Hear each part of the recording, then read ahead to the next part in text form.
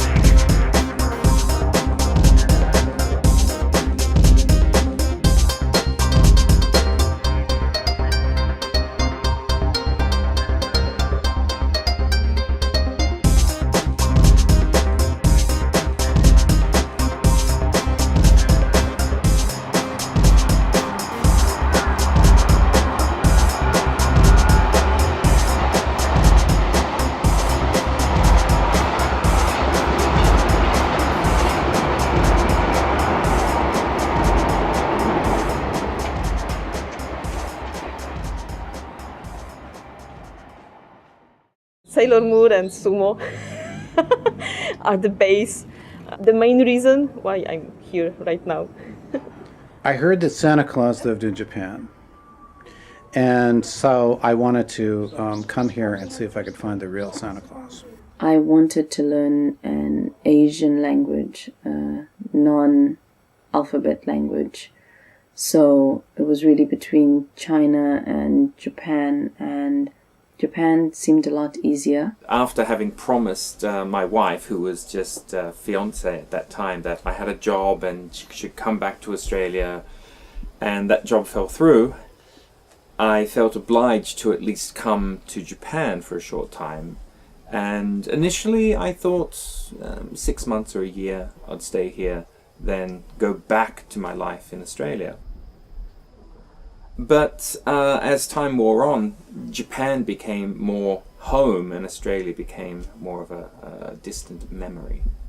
Didn't really have that much life experience, so I wanted to travel around the world first. However, my journey around the world did not continue after Japan, and here I am, 16 and a half years later. Japan always had a certain exotic allure. It all started with ninjas.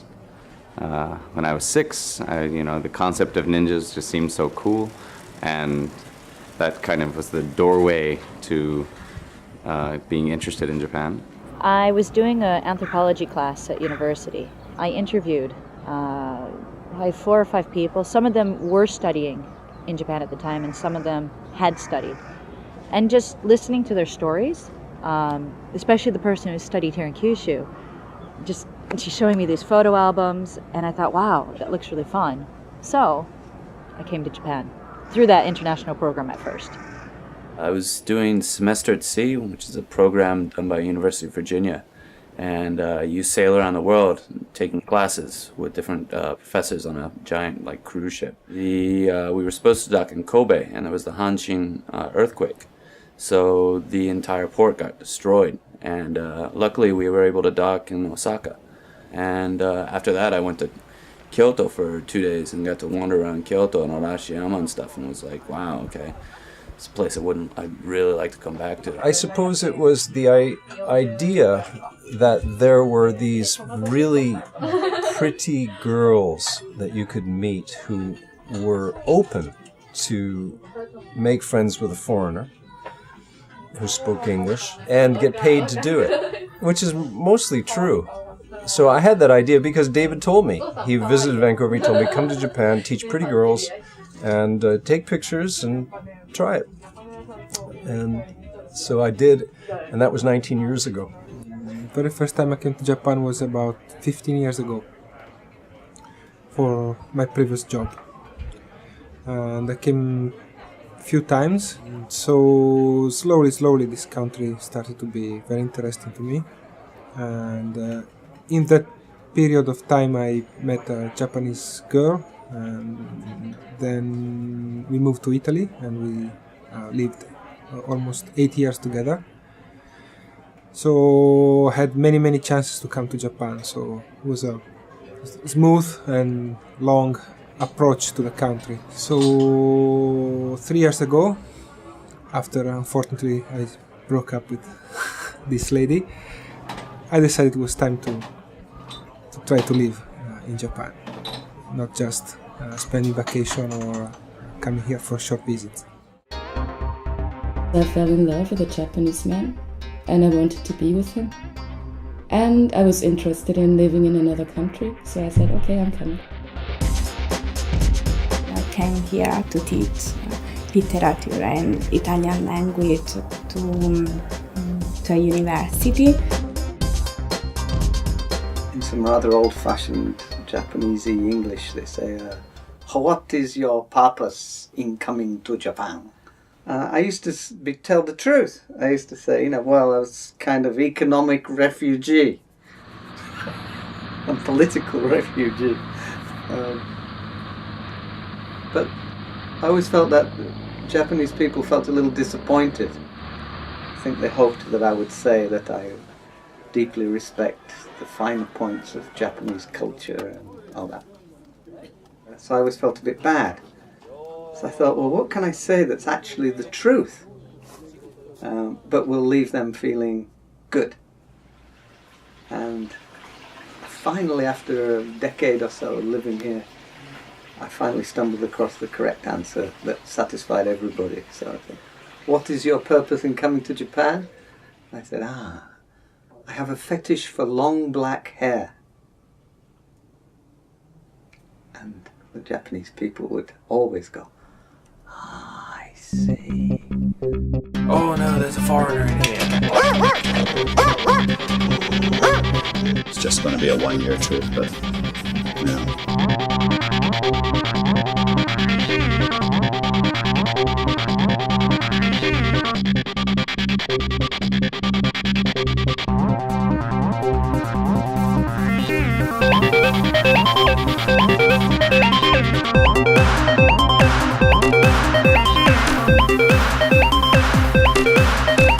Come to Japan, teach pretty girls.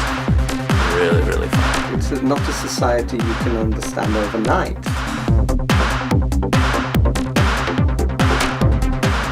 Five years of theoretical studies studied that. I was living in New York and going to school there, and they had a very strong Asian studies program at my university. Then, of course, there's a lot of Japanese stuff going on in New York, restaurants and movies and bookstores and a lot of Japanese people running around. So, I had a pretty good idea of a lot of things before I came here. But, of course, the reality is a lot stronger than one imagines from New York.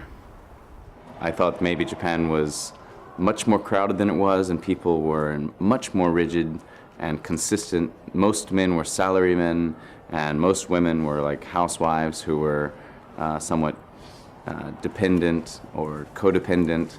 Very nice, quiet, very proper behavior country.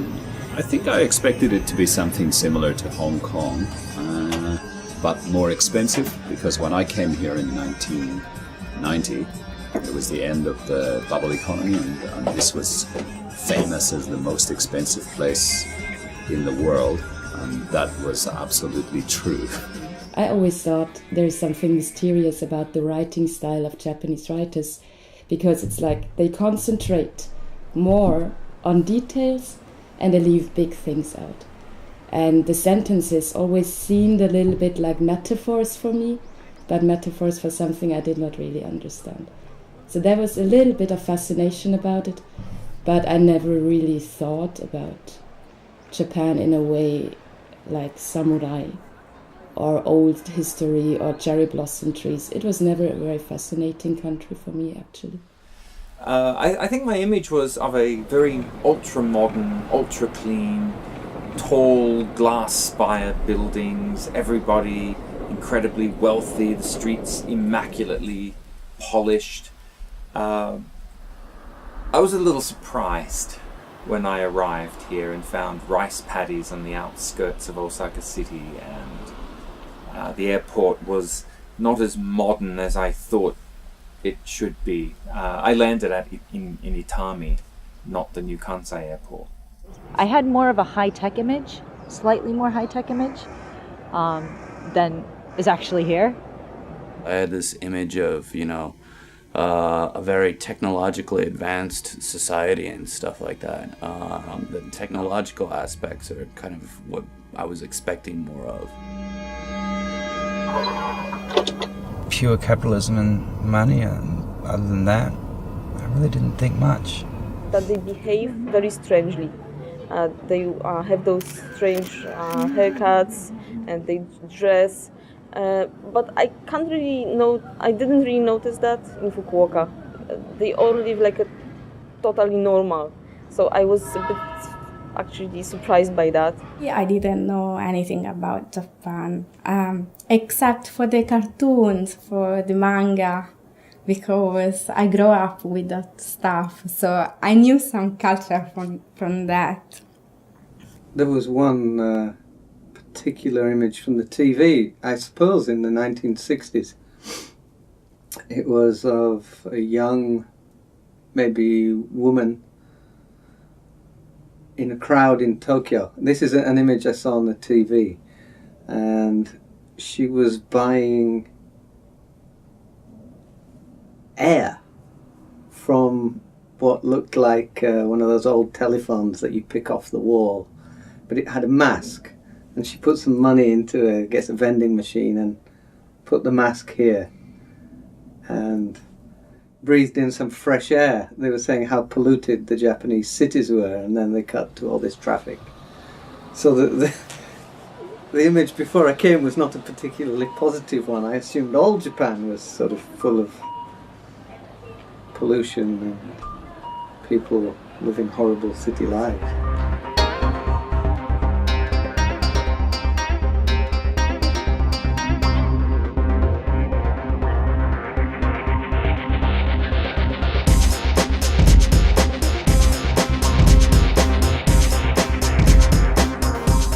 Money handlers at the airport.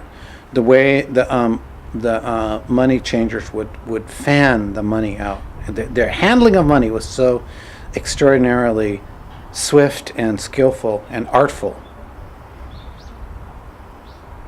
It's all about the money. Coming to Japan from the Siberian area, you go between Hokkaido and Honshu, and you go down the coast. And I saw Japan from the sea. It was very, very beautiful. A lot of concrete. I was on the 4th floor, no elevator, going, where's the technology? I'm in this concrete building with cracks in it. We were prepared for the fact that it was going to be hot, and I was prepared for it. But it was so hot and so humid. Just like, oh my gosh, I don't know what to do. My room was small. The houses are all small. The politeness of everybody, the manner of everybody, how clean everything is, and how well they hide things that aren't clean. When my plane arrived, July 1986, in Narita, there were still armoured vehicles on the tarmac. They actually had water cannons, and these were policemen, but they looked like Darth Vader, and it looked very intimidating. So that was quite shocking. I'd never imagined that. Everything was my size. You know, like when I was in the bus and I was trying to hold on to the handrails or something, I didn't have to go on my tiptoes or, you know, hold on to the bar, but I could hold on to the railings comfortably. And the cars all looked like little boxes, and I thought that was really nice. When we came here in 1990, I came to Japan, the bubble economy hadn't quite burst, and so there was money to burn, and all the clubs were busy. The bars were full, and this was a scene for foreign teachers, all different ages, but my first 4 hours in Japan, after 4 hours in Japan, I think, we went to the English-style pub, and I thought, this is so interesting, and everyone was so friendly. There were lots of interesting people and pretty girls and handsome foreign men speaking Japanese to pretty Japanese girls speaking English, and warm and friendly, and I just thought, this is heaven, and maybe I could be someone new, someone different.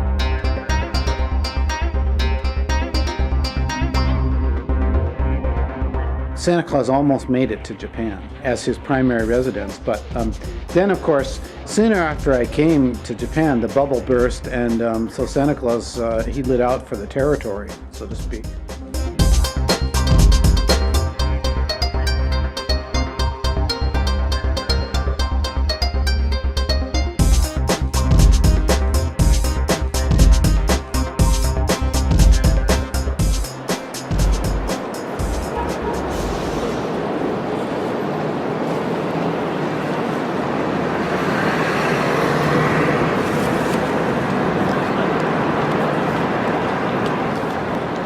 For a foreigner living here, there's as well, there's a certain sense of cloud cuckoo land. I came at 22 and I really never grew up. Japan has the best toys. I love shopping in Tokyo. The compactness is actually really nice. I can ride my bicycle everywhere. My friend, she just left her knapsack at a department store entranceway. Of course it was theirs.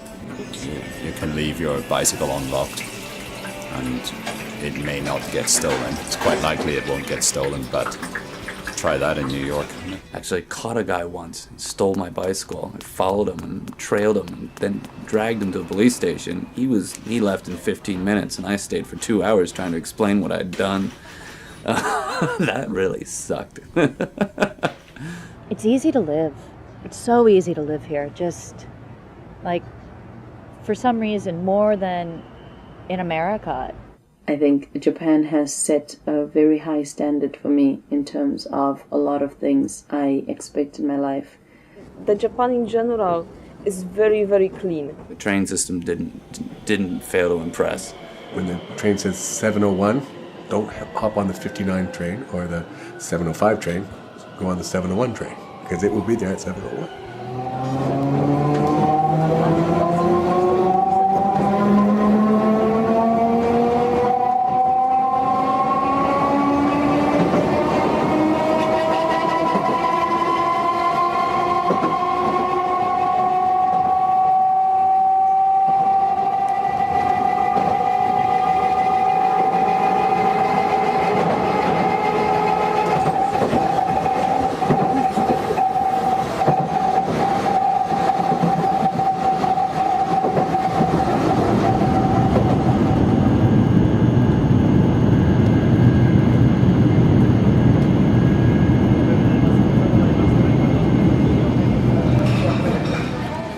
There's nothing major that really annoys me in Japan. Japan is a fairly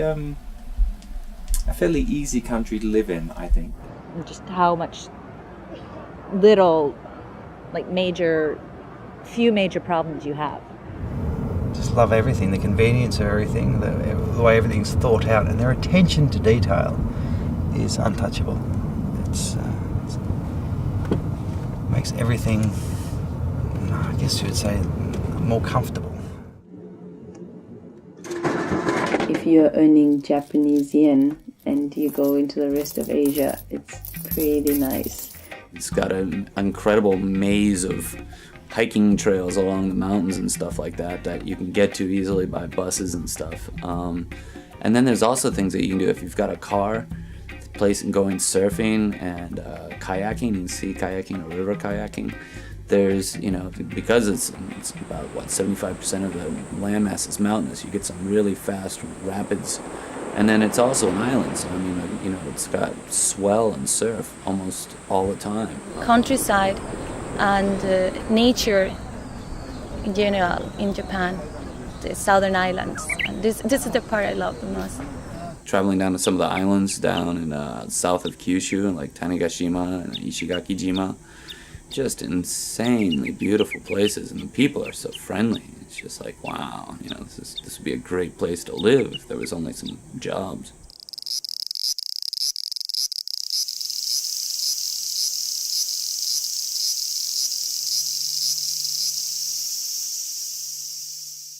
Before I came, I was living in Ireland and there was hardly any sun.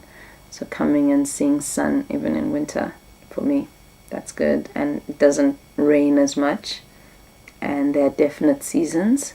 So I'm happy about that. The seasonal changes in Japan, not necessarily just weather, but the way lifestyle changes and the whole array of events changes is really impressive. From a tiny, tiny detail, you know, in someone's house, like the decorations they have out will change by seasons, and of course stores and menus and everything.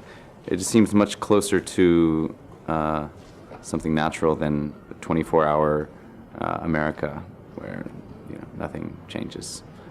You know, to go back to England, of course, flying through Heathrow. You come into the arrivals hall, and you know, there are policemen with machine guns, submachine guns, whatever, and bulletproof vests, and announcements that your car will be towed away and blown up, you know, and all that stuff, which is just business as usual, everyday behaviour in 21st century Britain, and I suspect much of the Western world. You just don't feel that here at all. There's little sense of potential global crisis. In a supermarket in Japan, all you need is just somebody to tell you which aisle, but they will run to the place with you and they will show you the item. So I was out of Japan and I was traveling and I needed cereal and milk. So I went and I asked the shop assistant, I was like, where's the long life milk and where's the cereal? So it's like, oh, cereal is in that aisle and I don't know where the long life milk is. And he just turned around and continued packing the shelves. So I literally just burst out laughing because of the contrast, and I was like, yeah. Oh, another fabulous thing in Japan is nobi hodai, all you can drink.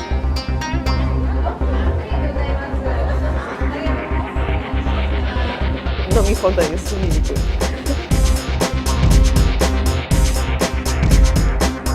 Like the temple gardens, so, you know, when you get a chance to go over there and see them, very peaceful.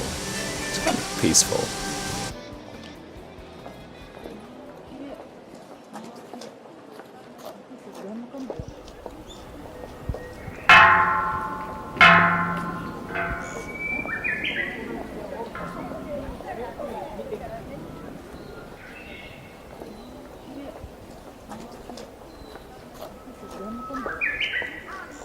Japan is incredibly safe, because I've lived here, let's say, 26 years now, which is most of my adult life, I suppose.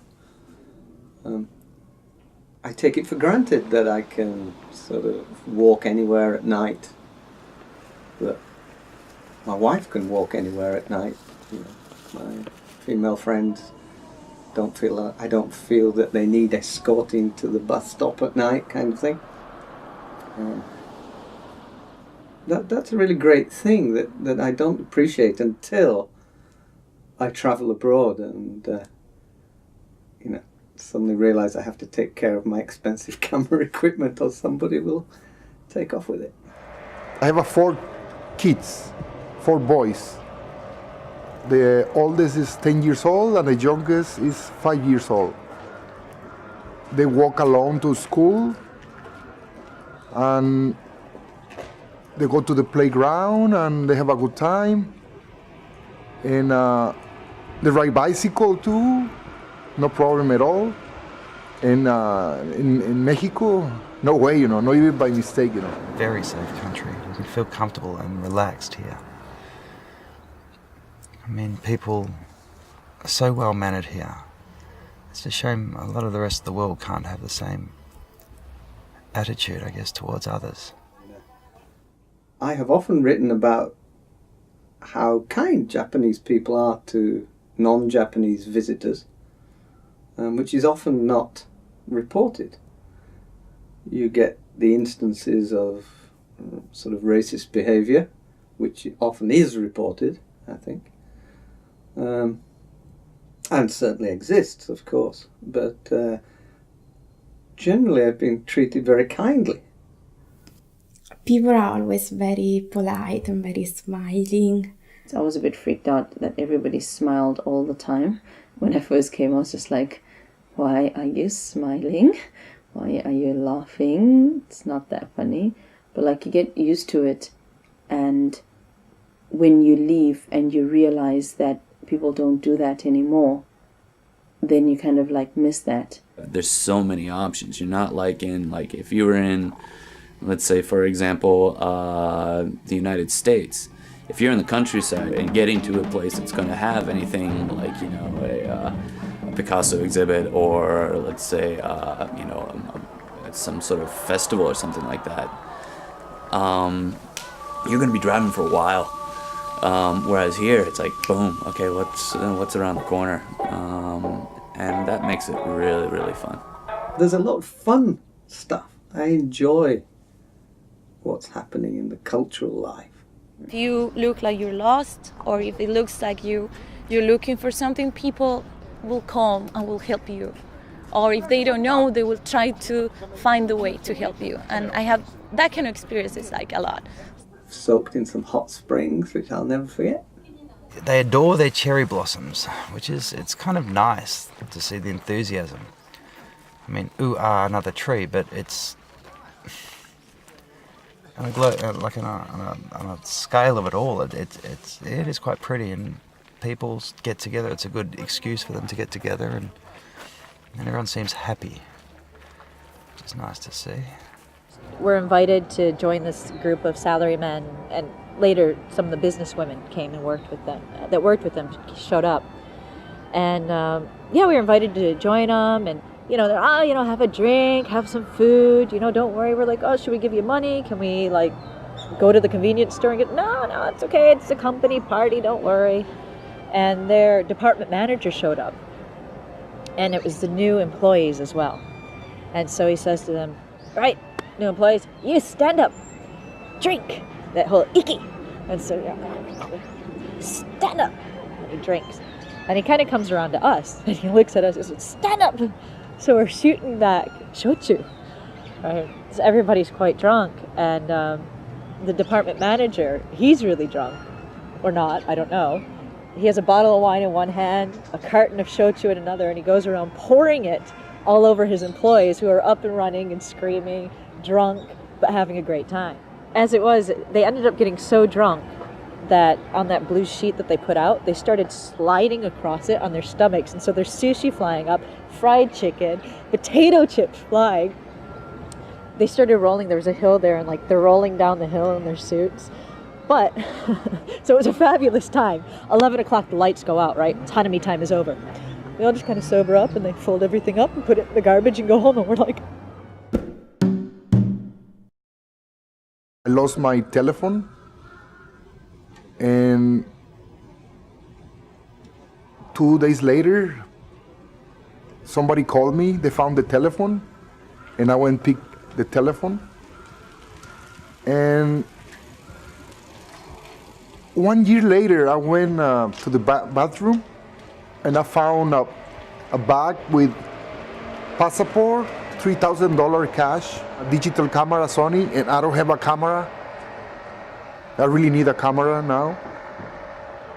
And I remember, when I lost my telephone, somebody called me, and they returned it. I did the same thing. If I'm in my country, maybe I'm gonna keep that money. I'm not sure, but here they teach me the different way. There's an extraordinary sense of democracy here, in the sense that everyone gets access to the rest of the society. Everyone wants to be part of the society, and nobody wants to be left out. So they go through a lot of effort to connect the shipping systems and the railroads and the bus lines, so that everybody's connected. There's no need to feel as if we are different. I am sort of anonymous, and sometimes I think I'm invisible, but I'm not. I'm sure people recognize me. Sometimes being a foreigner in Japan gives you some advantages, because there's a curiosity toward the foreigner, so you're always very welcome to show your picture or be part of some event, because people want to know something coming from outside. As foreigners, we are cut a lot of slack, I think, especially if you're white. If you're a guy from Bangladesh working in a factory in Osaka, I'm sure it doesn't quite apply the same way.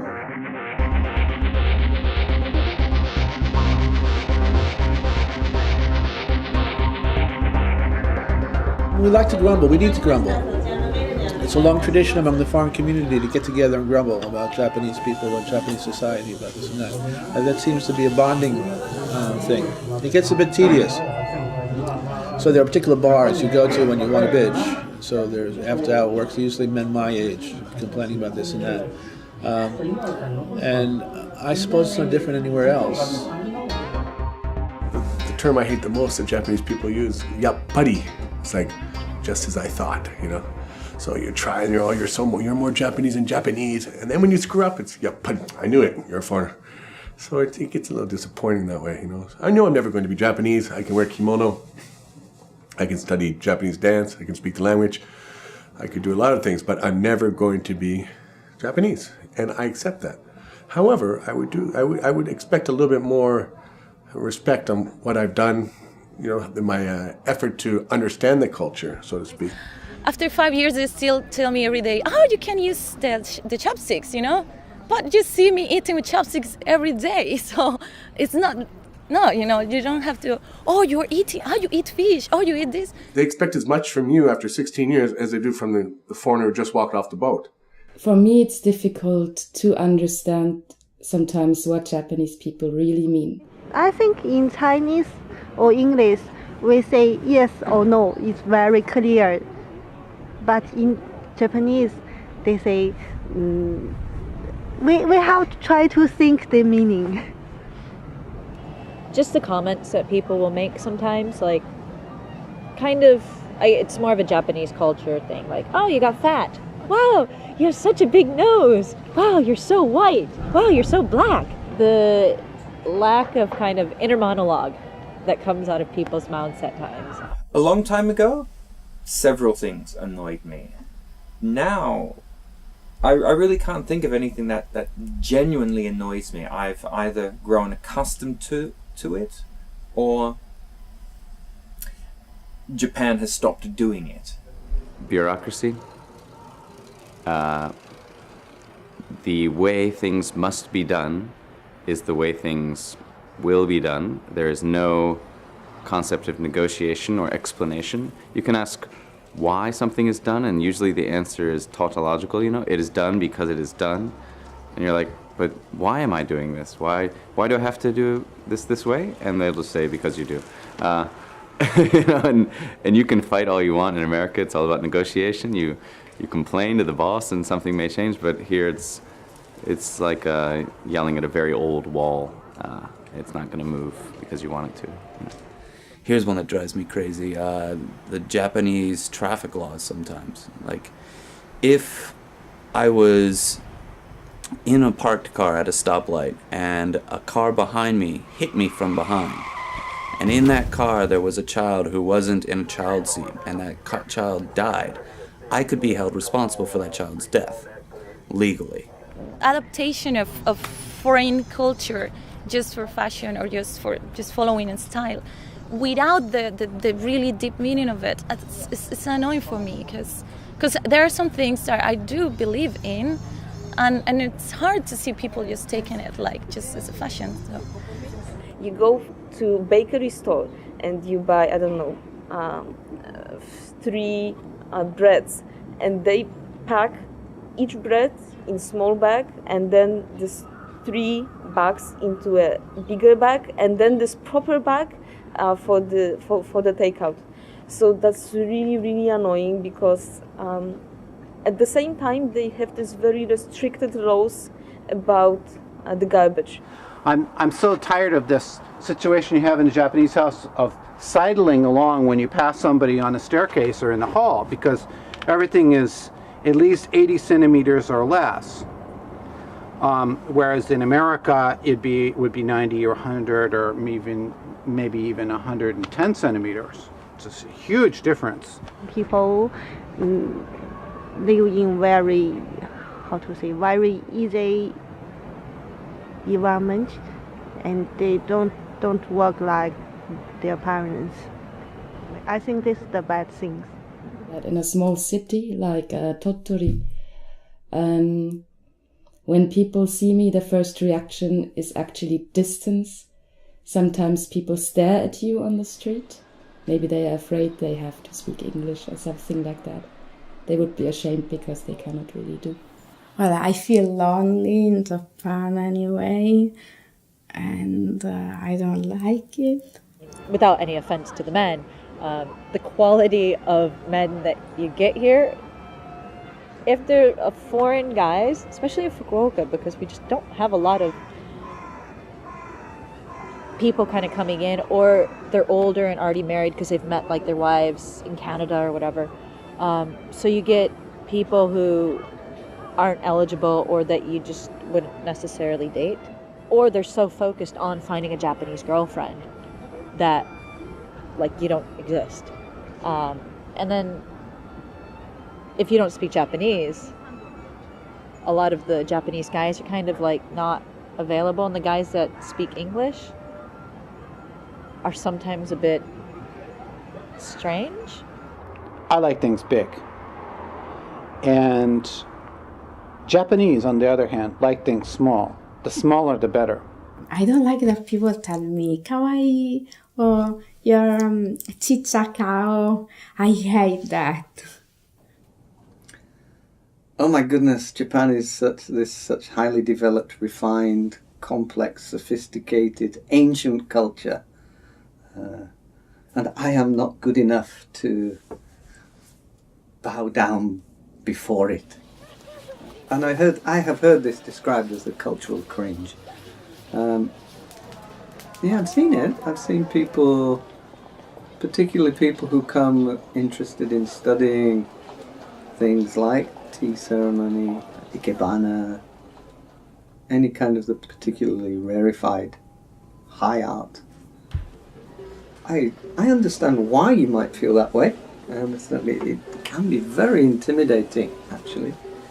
I've been in the presence of people interviewing, for example, there's a very fearsome, actually rather unpleasant character who was very snobbish and very prepared to use his heritage and power, and seemed to delight in making people feel uncomfortable about that. Surfing's gotten a lot more popular here, so some places you go to, like on weekends, it can be super crowded. I mean, you could be like Jesus and walk on water on everybody's surfboards and never actually get wet. I can't understand the public art. There's public artists that they seem to the bureaucrats in City Hall seem to decide what art is chosen for the public space, and I think it's very expensive. It's really terrible art. And I saw one in Osaka that I've seen in Kyoto. Same artist. Shops opening at 11 o'clock. A little bit annoying.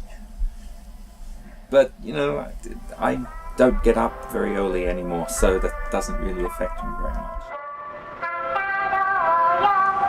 こちらはリサイクルの稲葉でございます。 I've read about other people having bad experiences here. I think every year in about January, February is a bad experience, and I always say the same thing. Next year I'll spend winter elsewhere. I get in my room and it'd be freezing cold. It was December. It was 0 degrees perhaps some nights. Some nights there was snow, and there was a little electric heater, and I'd huddle in front of that, and then I'd jump into bed, and meanwhile, just a room or two away from me, behind the paper door, was David with the girl he was with that night. I was lonely and I was miserably cold and thinking, why did I leave my ex-girlfriend in Vancouver? I went to the supermarket and I was going out always with empty bag because I didn't know what to buy. I've worn my shoes in the wrong place a lot of times. Nothing really bad has happened to me. Sometimes I have a lot of problems with paperwork because it's hard for me just even studying or trying to translate in every kanji in a big contract is impossible. Not being able to read things. In a sentence of Japanese characters, if you don't know one, then you cannot understand the sentence. Once I thought I was buying a body lotion. Instead, it was something to drink. So if I was putting on my body, I was going to sleep. Very sticky.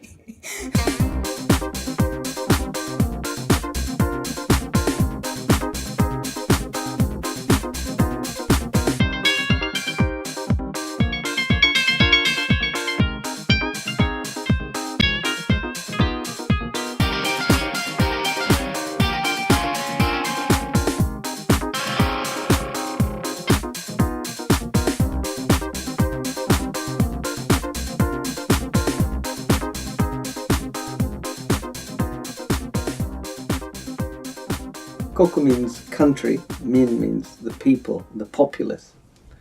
So, the populace of a country. The min part of kokumi is from a picture. The picture actually contains the meaning. And that kanji character is derived from the image of an eye and a spear being held to the eye. And in the ancient Chinese scheme of things, the kokumin, the public, were those who were easily held down and intimidated by force. So basically it means slaves. The Japanese mindset is surrender, to surrender authorities. It's acceptance. I was brought up to believe that we are entitled, of course, to civil disobedience. If I think something is wrong, I can stand up and shout about it and march down the street to say no.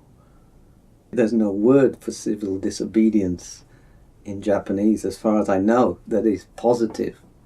It tends to be the same word that means revolutionary, i.e. bad guy.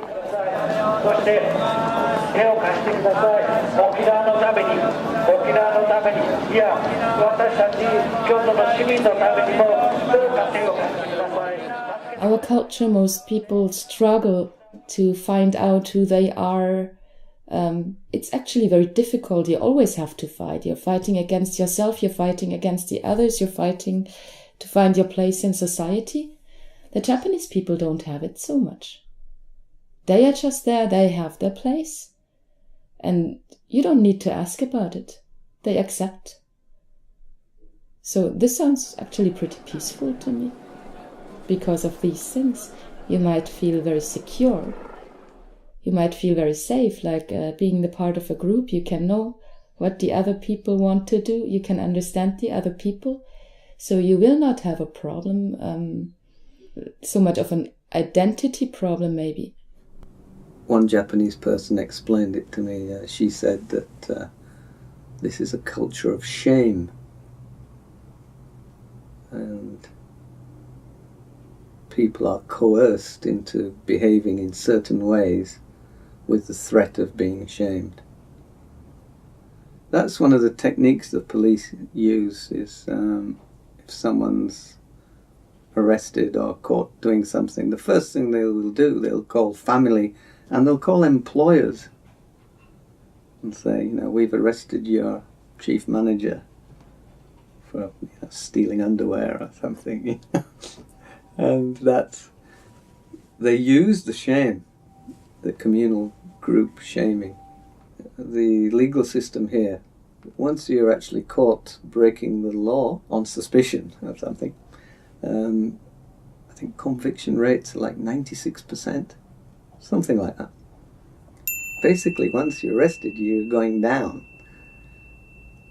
So it's actually in your interest to say, yes, I did it, but I realize I was wrong, I've reflected, please treat me kindly. There are very, very big issues in Japan too. We can talk, agriculture is a big problem, the fishing is a big problem, some diplomatic problems here with other Asian countries. So many things that people need to care of, discuss and let's do something and let's change it. And I don't see that happening. I certainly don't trust the Japanese media, mainstream media, TV in particular. There's very little critical media here, unfortunately. Journalistic practices that we have in the West. There's something that looks a bit like it, but it's not a free press. Now, what's happening with bloggers, I don't know. I haven't really heard of any Japanese bloggers who are sort of telling it like it is. Yet. I would hope that something good emerges in that arena. There's no reason why it shouldn't, of course, except there's not really a tradition of it yet. There's something here called the Kisha Club system. And what it is, the newspapers all send their representatives to the government office, and the government makes its statements. It's already pre-prepared statements to the journalists, who then go back home and file their stories with the newspapers. I mean, everyone knows there's a massive problem in this country with discrimination against, let's say, Japanese-born Koreans, Baraka people, to some degree foreigners. But that's hardly touched on in mainstream media. TV is especially bad. It's just sort of lowest common denominator entertainment. It's a big problem for Japanese society. If the government and the law enforcement agencies and the mob all have a kind of cozy relationship where it's not in their interest for things to change, actually. The only way things really could move forward is through an independent, critical press.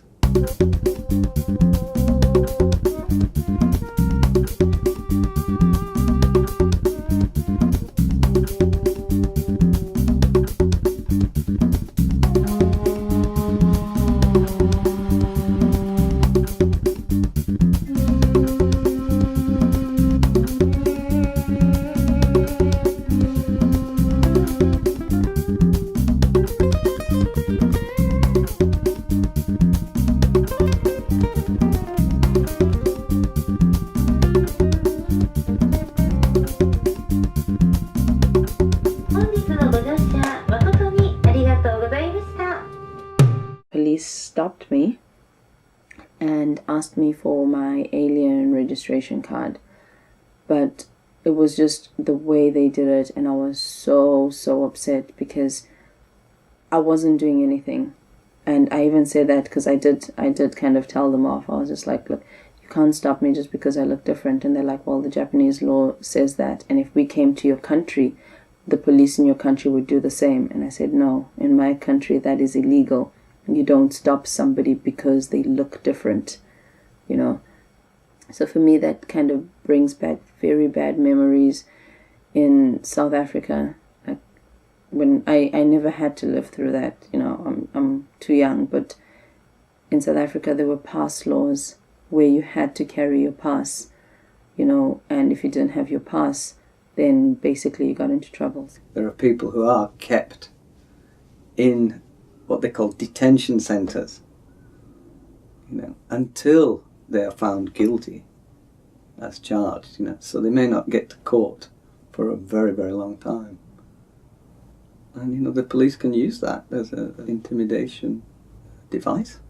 To many things that I do not expect from a developed country, yeah, like when it comes to rights, it's not developed at all. You know, the watchdog committees, the people who are looking to see where there might be abuses of power, simply just doesn't exist. There's not a framework for that. I don't know, they learn in the school a lot about rights, for example, you know, human rights or something like that, but I don't know, they learn maybe, but they never talk or are really concerned. There's a general belief that the police force can do no wrong. You know, one time I was riding my motorcycle and police stopped me. They was waiting for speeding people, and they told me it's a sign over there. And if that sign in Mexico, I understood, you know, that sign no more color already, it kind of rust. But here in Japan, it's very hard to see signs like that, you know. And I went later, like 2-3 weeks later, and they was doing the same thing. So they're doing business over there, you know. I'm not keen on the degree to which the society is policed. It's verging on the fascist, out of control, dictator style law enforcement organization. And in the beginning I was impressed about the police, you know, nice uniform and nice cars, and I thought it was everything straight. But I find out exists something a little bit crooked. I knew the word racism. I didn't know what racism was until I came to Japan, and then actually, I guess, felt the hate myself in a lot of ways towards myself. Sometimes Italian friends tend to say, Japanese are, what's the word, racist. I don't think it is in these terms. I just think it's a shyness and difficulty to communicate. So the first impression, sometimes a tourist or a businessman who come to Japan can have this image, but after you spend some time here, you realize it's not like that. Of course, maybe some people can be on the bad side, but that's everywhere. Some of the stupidest things I've ever heard.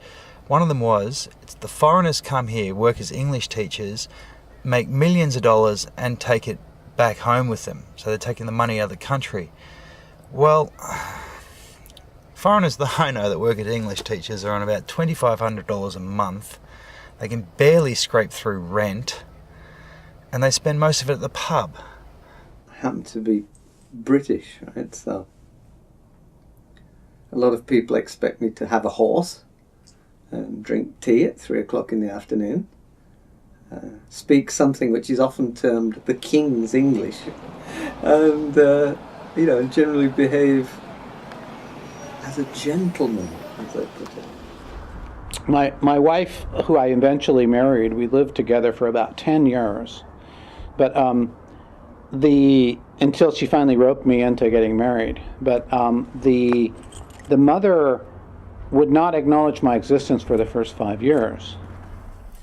I was dressed in a suit. I was carrying a small briefcase. And I was walking down the stairs into the subway, and walking up the stairs out of the subway was a like a mid-30s Japanese mother with a couple of kids, and she saw me and grabbed one of her kids close to her and said, "Abunai, gaijin."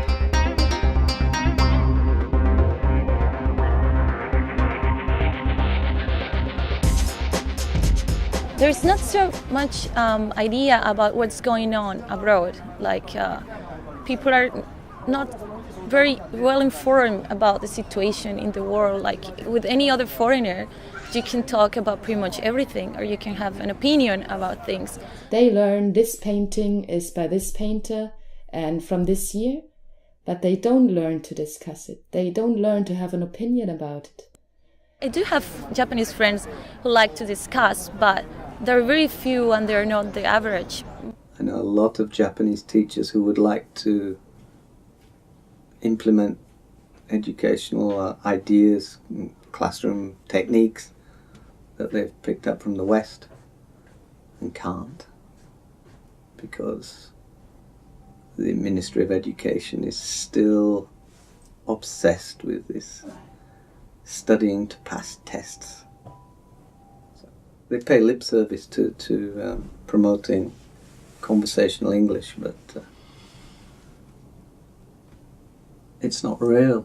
From elementary school, going through high school, and people in university, there is like a lot of ideas that I think are not in proper order for a developed country.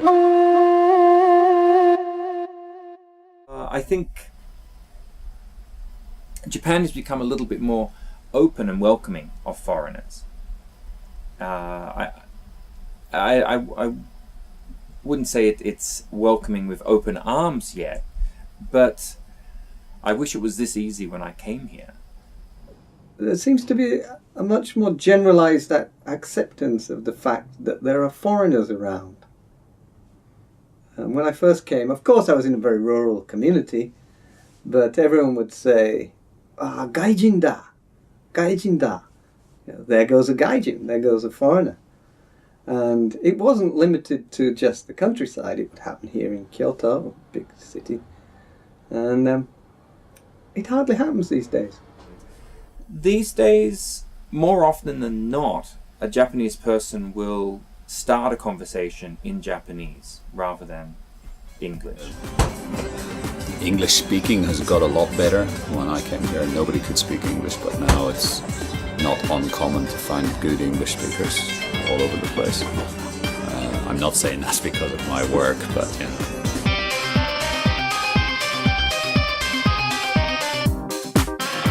The burst of the economic bubble had a serious effect, but psychologically the sarin nerve gas incident, when Om Shinrikyo people set off the nerve gas in Nagano first and then on the subway line in Tokyo, that really affected people's belief in the safety of Japanese society. I don't think that can be overemphasized actually. We had no convenience stores when I came here. There was no ice cream when I came here to speak of. There was no real bread to speak of. It's illegal now to be even a member of a gangster group. So that legislation actually really took a lot of power away from the gangsters because they could no longer operate in public. When I first came to Japan and first came to Kyoto as well, they were very publicly present, the gangsters.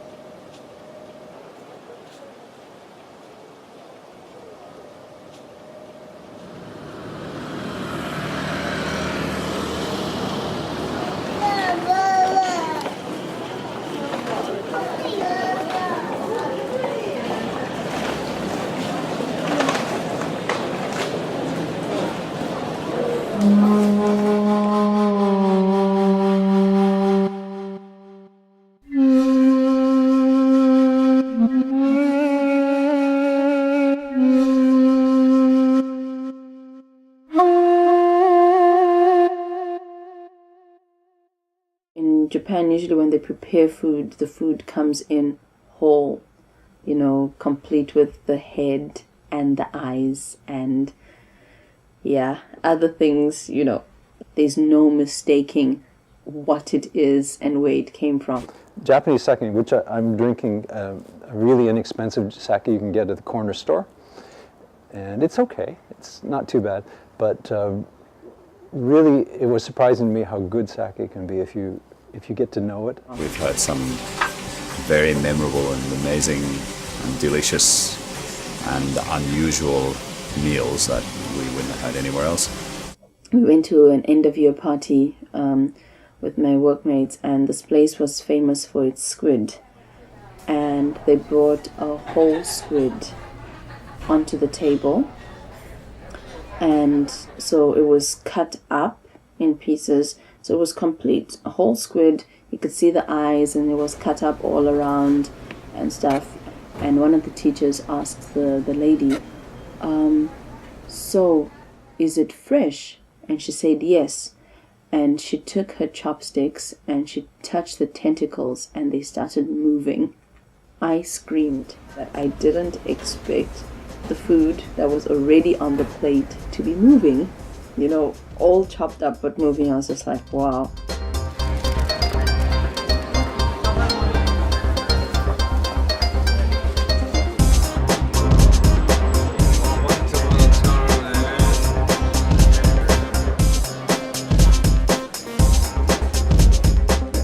Very well.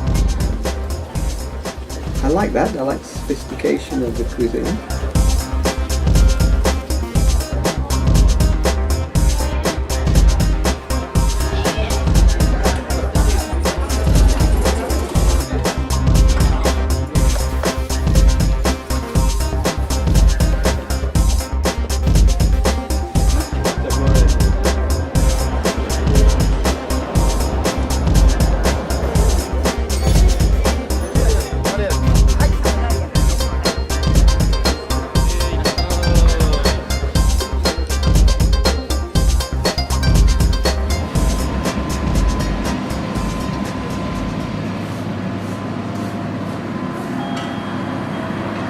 Japanese are meticulous about perfecting what they do. There's tremendous work ethic here. And so they create a world in which work is sufficient and things go well. Usually in Colombia, for one experiment, you have, for example, 2 plates. Here people make experiments with 20 plates, 50 plates, and they have no problem.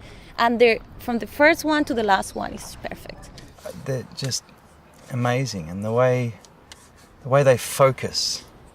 People here focus on just like they'll take one small thing, even focus it to perfect it, and it's nice. It's a nice change to what you see a lot overseas, where everybody's a little bit tequito, where they, if it's good enough, yeah, it'll do. But here they try and make it work perfectly. So it's a nice environment to be around. It makes you want to work harder.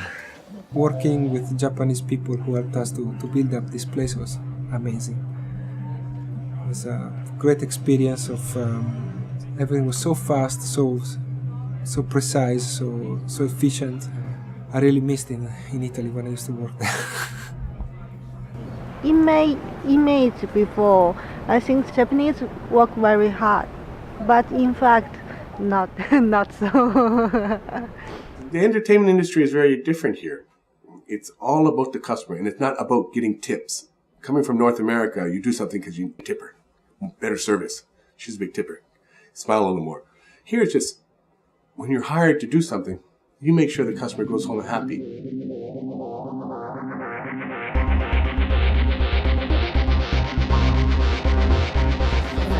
Okay. This is my house, right? This is an ad I got. This is before and after Reformation. So this is what my house is before. I had a romantic idea about minkas, the traditional farmhouses, which I thought were absolutely beautiful. And my students and friends would laugh at me. They said, "Why do you live in a ransacked old farmhouse? Don't you want to have a cement condominium?" When I first came to Japan, I had this dream of living in an all-Japanese house. The really old type, the Tanizaki In Praise of Shadows type house. And we actually found that house and lived in it for 20 years. And it's very beautiful and very Japanese, and I'm sure, you know, if you're Junichiro Tanizaki, you're going to love it. But it's very, very hard lifestyle living in one of those old houses. And at this time of year, it's just completely dark. And depressing, very depressing. One can still find that tradition in Japan, but you have to look hard and fast, and only gaijin are only interested. The Japanese say it's too cold, it's too dirty, it's too hard. Still there are many, but Kyoto, after the war, Kyoto was almost entirely made up of wooden houses. The Japanese embrace their past, they respect it, they love it, but they don't understand how to preserve it, in the sense that perhaps the Europeans would preserve their central downtown area to have a consistent architectural theme. The traditional old Japanese buildings are made of wood, and until now most of them just burned down or fell down during an earthquake. So these concrete buildings make sense. They are very stable against earthquakes, so almost nothing can happen. They are ugly, but they are safe. I'm standing in an old street in Nishijin in Kyoto. Narrow streets with old houses. The house I'm standing in front of is about 80 years old, maybe older, and almost identical to the house that was next door until a few months ago it was torn down. This is a photograph of the house next door from this point on. I tried to buy this house that was torn down next door, and last year in the early spring I couldn't get the loan, and it broke my heart. The owner wanted to sell the property. It was bought by a developer, it was torn down, and then a new house was built. I suspect that the new house will be gone in the future, and this old house behind me may still be standing if somebody buys it and preserves it. So what I wanted to do, my dream was to buy a traditional Kyoto machiya.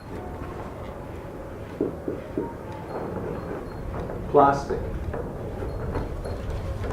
If you listen, you can hear the sound of silk loom weaving, mechanical weaving loom down the street, one of the houses similar to this house.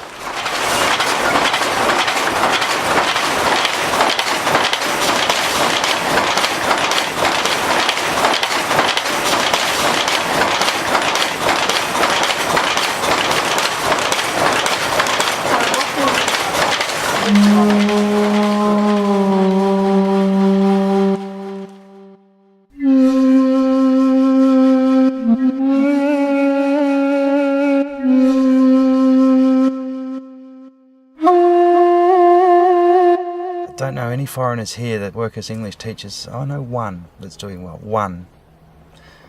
And he has about 400 students and 3 schools in Osaka, and he's doing very well. But he worked very hard to get to that level. Whereas a lot of these others complain about how these schools like Nova and so forth, but to get to any level like that, you have to work hard. You cannot sit on your ass and expect it to happen for you. And I don't know why a lot of these people here seem to get bitter by the fact that it doesn't work for them. You know, we live in a city with 1,600 temples, 400 shrines, 17 UNESCO World Heritage Sites. That's just Kyoto. One of the things I found, though, when I was living in the temple is that I missed a feminine principle. It was very stoic. In Japan, all the gods are male, all the deities are male. And they have one who's Keno, who's the one for grace and love, but that's actually a transvestite. It's a male god from India that they've added breasts and include babies sometimes.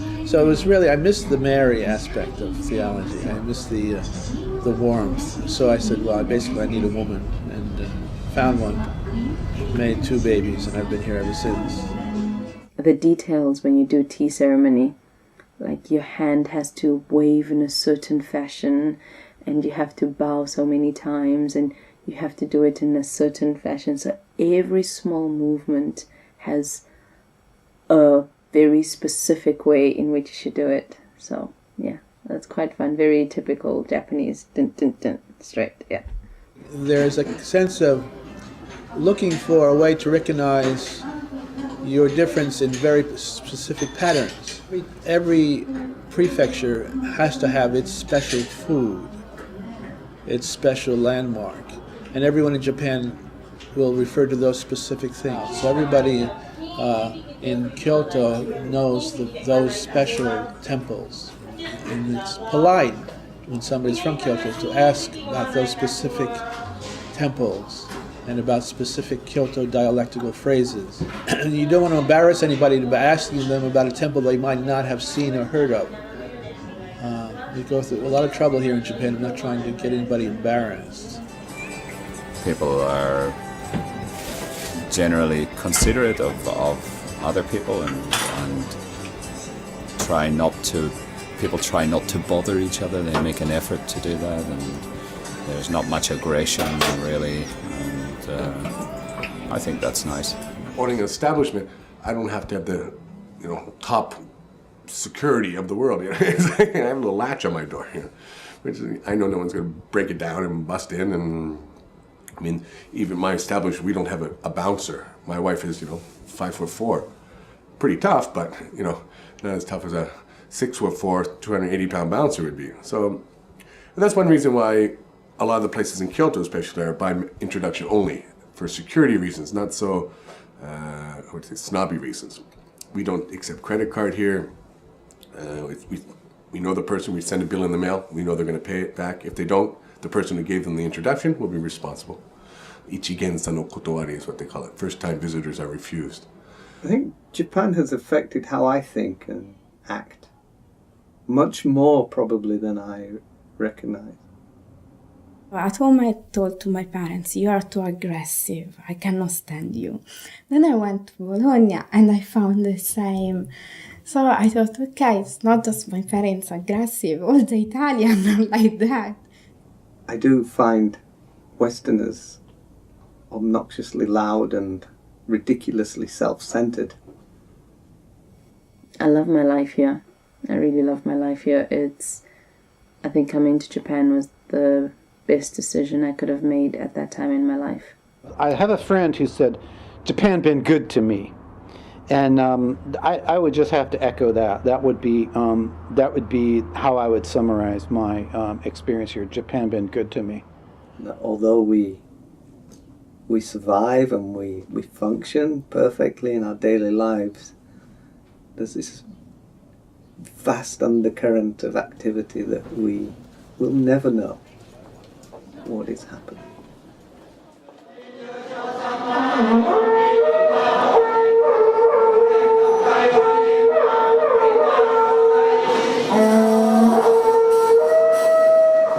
Somehow you can be part of it, but there's still, you're a foreigner there, so there's still like a bit of a wall. Some non-Japanese people here can't stand that. They leave because of that, I think. They need to know what's going on and have some grasp of the deeper parts of society. And when they realize that they're not going to get that, then it's time to leave.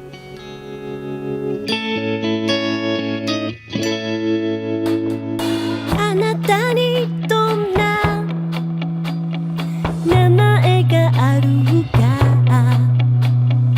私は知らない家族があるか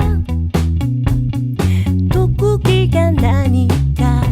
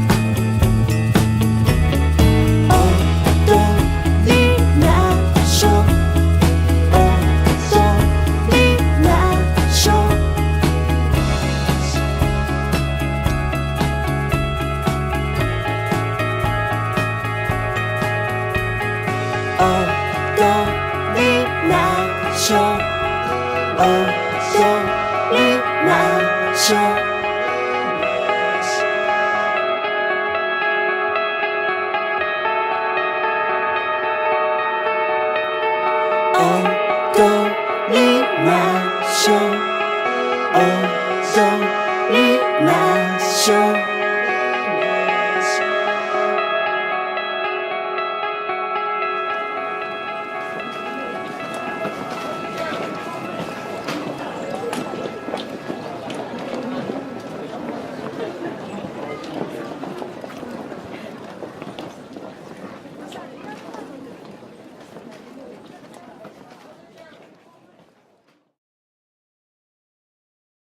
Then go back to my life in Australia. But as time wore on, Japan became more home and Australia became more of a distant memory. Didn't really have that much life experience, so I wanted to travel around the world first. However, my journey around the world did not continue after Japan, and here I am, 16 and a half years later. Japan always had a certain exotic allure. It all started with ninjas. When I was 6, the concept of ninjas just seemed so cool, and that kind of was the doorway to being interested in Japan. I was doing an anthropology class at university. I interviewed like 4 or 5 people. Some of them were studying in Japan at the time, and some of them had studied. And just listening to their stories, especially the person who studied here in Kyushu, she's showing me these photo albums, and I thought, wow, that looks really fun. So I came to Japan through that international program at first. I was doing Semester at Sea, which is a program done by University of Virginia, and you sail around the world taking classes with different professors on a giant cruise ship. We were supposed to dock in Kobe, and there was the Hanshin earthquake, so the entire port got destroyed. And luckily we were able to dock in Osaka. And after that I went to Kyoto for 2 days and got to wander around Kyoto and Arashiyama and stuff, and was like, wow, okay, it's a place I'd really like to come back to. I suppose it was the idea that there were these really pretty girls that you could meet who were open to make friends with a foreigner who spoke English and get paid to do it, which is mostly true. So I had that idea because David told me. He visited Vancouver, he told me, come to Japan, teach pretty girls, and take pictures and try it. And so I did, and that was 19 years ago. The very first time I came to Japan was about 15 years ago for my previous job. And I came few times, so slowly this country started to be very interesting to me, and in that period of time I met a Japanese girl, and then we moved to Italy and we lived almost 8 years together. So I had many chances to come to Japan, so it was a smooth and long approach to the country. So 3 years ago, after unfortunately I broke up with this lady, I decided it was time to try to live in Japan, not just spending vacation or coming here for short visits. I fell in love with the Japanese. Somewhat dependent or codependent. Very nice, quiet, very proper behavior country. I think I expected it to be something similar to Hong Kong, but more expensive, because when I came here in 1990, it was the end of the bubble economy, and this was famous as the most expensive place in the world, and that was absolutely true. I always thought there's something mysterious about the writing style of Japanese writers, because it's like they concentrate more on details and they leave big things out. And the sentences always seemed a little bit like metaphors for me, but metaphors for something I did not really understand. So there was a little bit of fascination about it, but I never really thought about Japan in a way like samurai or old history or cherry blossom trees. It was never a very fascinating country for me, actually. I think my image was of a very ultra-modern, ultra-clean, tall, glass-spired buildings, everybody incredibly wealthy, the streets immaculately polished. I was a little surprised when I arrived here and found rice paddies on the outskirts of Osaka City, and the airport was not as modern as I thought it should be. I landed in Itami, not the new Kansai airport. I had more of a high-tech image, slightly more high-tech image, than is actually here. I had this image of, a very technologically advanced society and stuff like that. The technological aspects are kind of what I was expecting more of. Pure capitalism and money, and other than that, I really didn't think much. That they behave very strangely. They have those strange haircuts, and they dress. But I didn't really notice that in Fukuoka. They all live like a totally normal. So I was a bit actually surprised by that. Yeah, I didn't know anything about Japan, except for the cartoons, for the manga, because I grew up with that stuff. So I knew some culture from that. There was one particular image from the TV, I suppose in the 1960s. It was of a young, maybe woman in a crowd in Tokyo. This is an image I saw on the TV, and she was buying air from what looked like one of those old telephones that you pick off the wall, but it had a mask. And she put some money into a vending machine and put the mask here and breathed in some fresh air. They were saying how polluted the Japanese cities were, and then they cut to all this traffic. So the image before I came was not a particularly positive one. I assumed all Japan was sort of full of pollution and people living horrible city lives.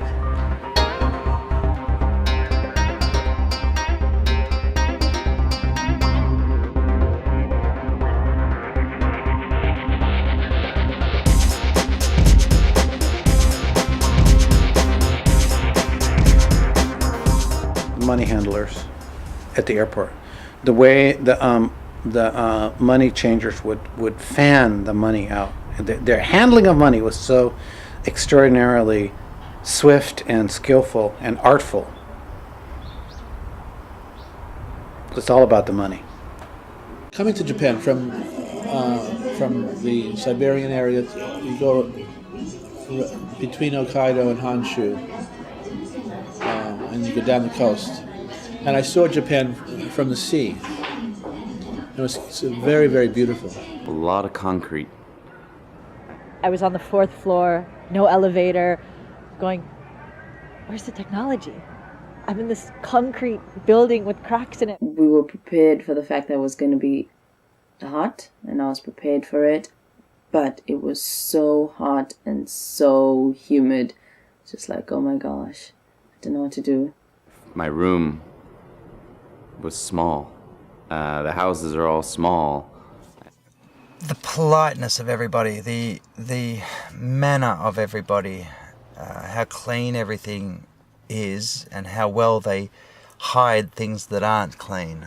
When my plane arrived, July 1986, in Narita, there were still armoured vehicles on the tarmac. They actually had water cannons, and these were policemen, but they looked like Darth Vader, and it looked very intimidating. So that was quite shocking. I'd never imagined that. Everything was my size. You know, like when I was in the bus and I was trying to hold on to the handrails or something, I didn't have to go on my tiptoes or, hold on to the bar, but I could hold on to the railings comfortably. And the cars all looked like little boxes, and I thought that was really nice. When we came here in 1990, I came to Japan, the bubble economy hadn't quite burst, and so there was money to burn, and all the clubs were busy. The bars were full, and was a Chinese man, and I wanted to be with him. And I was interested in living in another country, so I said, okay, I'm coming.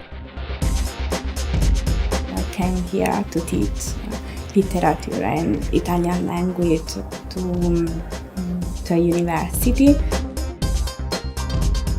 In some rather old-fashioned Japanese English, they say, what is your purpose in coming to Japan?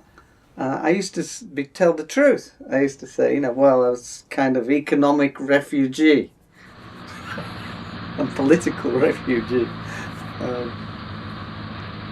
But I always felt that Japanese people felt a little disappointed. I think they hoped that I would say that I deeply respect the finer points of Japanese culture and all that.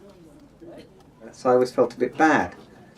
So I thought, well, what can I say that's actually the truth, but will leave them feeling good? And finally, after a decade or so of living here, I finally stumbled across the correct answer that satisfied everybody. So I thought, what is your purpose in coming to Japan? I said, I have a fetish for long black hair. And the Japanese people would always go, I see. Oh no, there's a foreigner in here. It's just going to be a one-year trip, but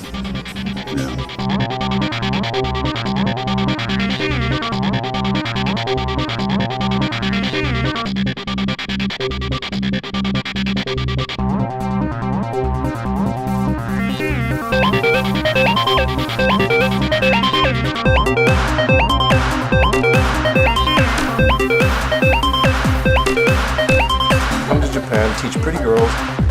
Really, really fun. It's not a society you can understand overnight.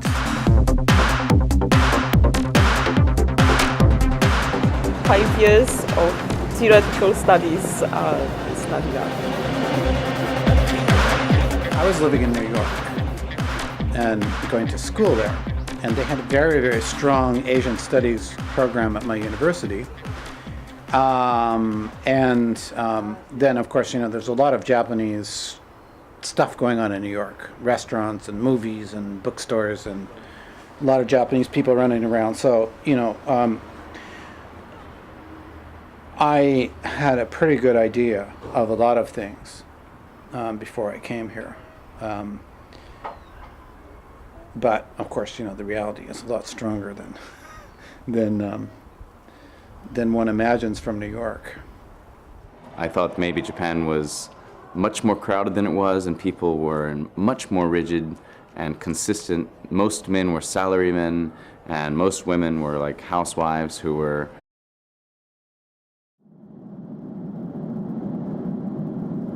We certainly don't like authority, and we don't like to be told what to do.